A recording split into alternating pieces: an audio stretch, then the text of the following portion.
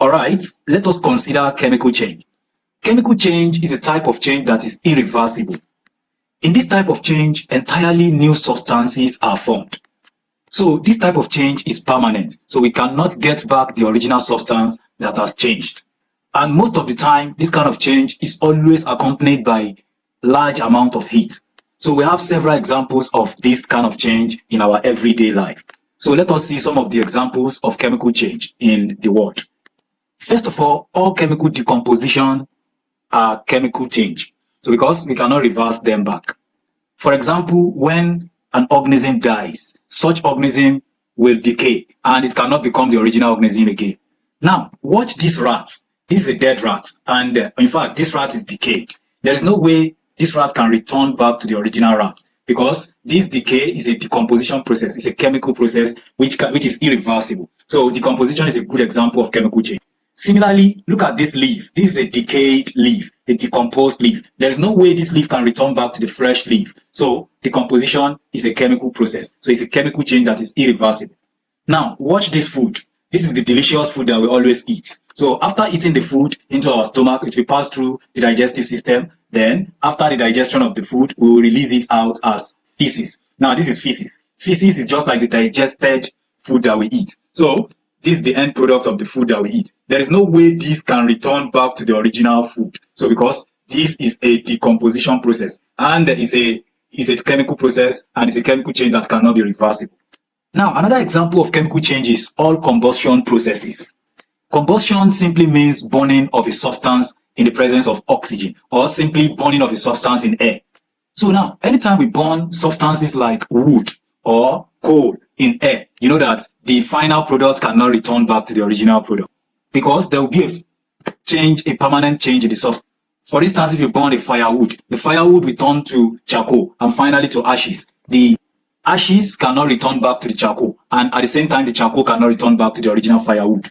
So now look at this. This is a fresh firewood that is not yet burnt. So now, when the firewood is burnt, so it does another type of change. Then from there, the burnt firewood becomes charcoal. Finally, the end product is ashes by continuous burning. This has gone through a series of change that are irreversible. So these changes cannot be reversed. We can't get back our original firewood from this process. Similarly, when you burn a paper, the burnt paper cannot return back to the fresh paper. So it is not possible. So burning of paper, which is also a combustion process, is also a chemical change, which is not reversible. Now, this is another chemical change. Rusting of iron is another chemical change. So now watch this. This is fresh iron that is not rust. Now this is iron rust. There is no way this iron rust can return back to the original fresh iron. So because it has undergone permanent change. And look at this. This is fresh nail. So look at the nail rust. This cannot return back to the fresh nail. So because it's a chemical process, chemical change. Rusting of iron is a chemical change, which cannot reverse. Now, another example of chemical change is any process in which gas is liberated. So such process is always called exothermic process because we are going to lose some substances to the surrounding.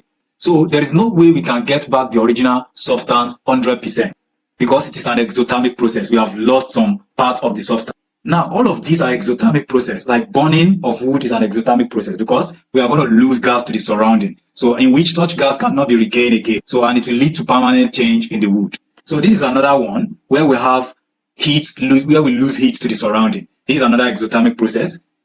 And this will lead to a permanent change in the substance. Now look at respiration, where we pass out gas. So this is respiratory system. We will release gas to the surrounding. And this is also an exothermic process because the gas released is poisonous to our body. We don't even need it. We don't need to store it in our body any longer. Similarly, neutralization reaction, where we are going to mix acid and base together. The reaction between acid and base to form salt and water is also an exothermic process because gas will be released to the surrounding. So watch this. This is an acid. This is a base. This acid is HCl, that's hydrochloric acid, reacting with a base which is sodium hydroxide, and that is caustic soda. And this gives salt and water. So the salt produced will be sodium chloride, and water is H2O. So there will be a release of gas into the surrounding, which cannot be regained back. So neutralization is also a chemical process. It's an exothermic process, which cannot be reversed. Another example is smoldering of phosphorus in air. Now, smoldering simply means burning of something. So now, phosphorus is an element that has wide variety of use. So that is very useful in the production of matching. matches. So you can see these matches, whenever you light it up, it catch fire.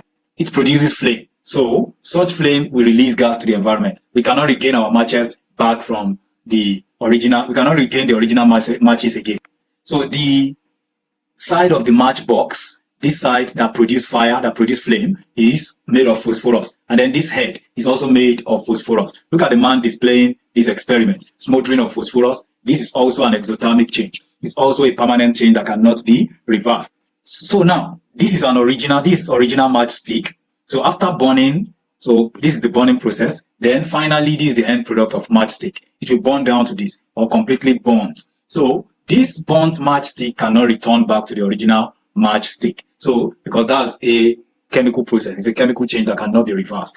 So this is to mention a few examples of chemical change. Right now, let's consider differences between physical and chemical change. So let us consider some differences between physical and chemical change. I'm going to present it in a tabular form. So in our subsequent video, we'll consider the difference between physical and chemical change. Thank you.